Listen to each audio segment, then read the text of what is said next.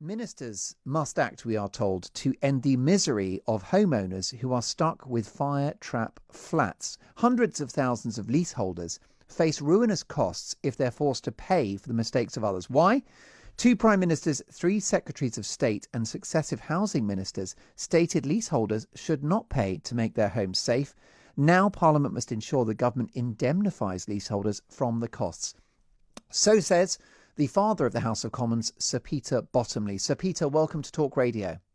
Good afternoon. So can you explain the situation? How did this come about in the first place?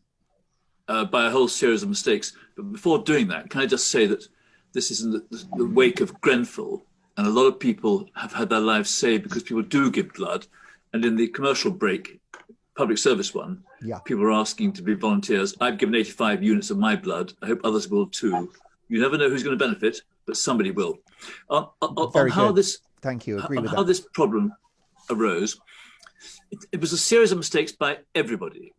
Developers should not have put cladding on, which could burn. No one did whole system tests. When I was Minister for Roads, we had standards for every car component, but we also required crash tests to see what actually happened in real life. That did not happen with cladding. And whether it's the aluminium cladding or other cladding, whether it's above or below 20 metres, high rise or low rise, it didn't happen. So developers got it wrong, builders got it wrong, sub-systems got it wrong, and regulators got it wrong. Within 10 years, it'll be sorted out in court and we'll know who's responsible. But the one people who are not responsible are the innocent leaseholders, the lease renters. There are three sorts of people who rent homes. Social tenants don't have to pay, private tenants can move on, and the ones who are lease renters, leaseholders, are stuck with the costs even though they don't own the building. So that's how we got into the muddle. And to get out of it, government's got to make sure the money is available, that the innocent leaseholders are made safe, they can sell their leases if they choose to, and in the end, somebody else will have to pay. Indeed. Why do you think that this group have been neglected for so long? I don't know. I'd like to pay enormous tribute to the leaders of the cladding campaigns, to the National Leaseholders campaign, who helped deal with the doubling ground rent scandal, and in particular to Sebastian O'Kelly of the Leasehold Knowledge Partnership, and to Martin Boyd, who was the chair of the trustees. They have been battling on for 15 years. I've been part of the battle for 8 to 10 years. Justin Madders, the Labour MP, Jim Fitzpatrick, the former Labour MP, Ed Davey, the Liberal, we've worked together. But for too long, up to about the time that Gavin Barwell, who was later Theresa May's chief of staff, until he was housing minister, ministers didn't realise there was a leaseholder problem or problems for leaseholders. People do now realise that. We hope to get announcements tomorrow about some of the other problems that leaseholders face. But until then, we've got to start dealing with this cladding issue, which I think has one problem that, with the exception of people like you bringing the issue up, some other broadcasters don't pay enough attention to the difficulties that leaseholders face. It's a scandal in plain daylight. Indeed so. And there are many thousands of leaseholders in this country, and they might own an apartment. Therefore, they are the sharer of that leasehold.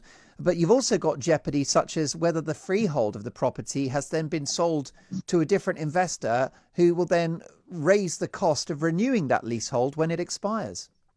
That's right. And this is where Parliament and government have been at fault, and it's successive parliaments, successive governments. Back in 2002, there was a serious attempt to get rid of the leasehold system and bring in what could be called Commonhold, where you don't have an external landlord or freehold. I think that if we'd made that legislation successful, life would have been fine. In technical terms, and this is for sort of government nerds, because Commonhold was with the Ministry of Justice and Leasehold was with the Ministry of Housing and Communities, they didn't get together. We've now forced them to come together, and give government credit. They asked the Law Commission to say what changes could be made, whether on lease extensions, whether on the chance to buy your freehold, or not quite on this cladding issue. There's going to be action. I welcome that. I hope it'll go far enough. Sir Peter, we support this campaign, and it's a tragic situation that these leaseholders find themselves in. I mean, this is a potentially ruinous situation for many. It is. And people could go bankrupt, facing costs they shouldn't be paying, with uncertainty they shouldn't have to undergo. And for people who move on from their privately owned lease renting, maybe in a social housing block, they can't move. So you're freezing the bottom part of the housing market, and you're being unkind to those people who've been trying to help. I can't tell you, well, I can tell you, how often we've raised these issues in Parliament. Sometimes government have said, we'll take 2 steps forward.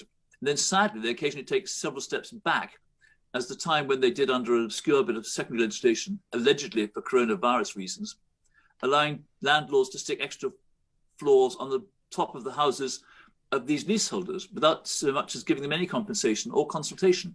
So it's a constant battle. We will win it with the media's help. I'm grateful to talkRADIO. I'm grateful to the Daily Mail for what they've been doing.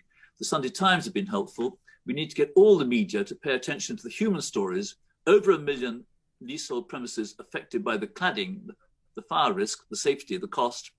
And then there are the other 5 million leaseholders affected by lease extensions, buying freeholds, and potential misbehaviour by landlords, whether on purpose or by accident. Would expect no less wise words from the father of the house, Sir Peter Bottomley. Thank you so much for joining us, campaigning there for a grave injustice suffered by leaseholders who look like potentially they would have to pay for changes to those dangerous, flammable cladding units that are on the outside of their apartment blocks, and the suggestion from Sir Peter is that they are indemnified so that they are not responsible for that cost, because it was a problem not of their making. Sir Peter Bottomley is the father of the House of Commons and Conservative MP.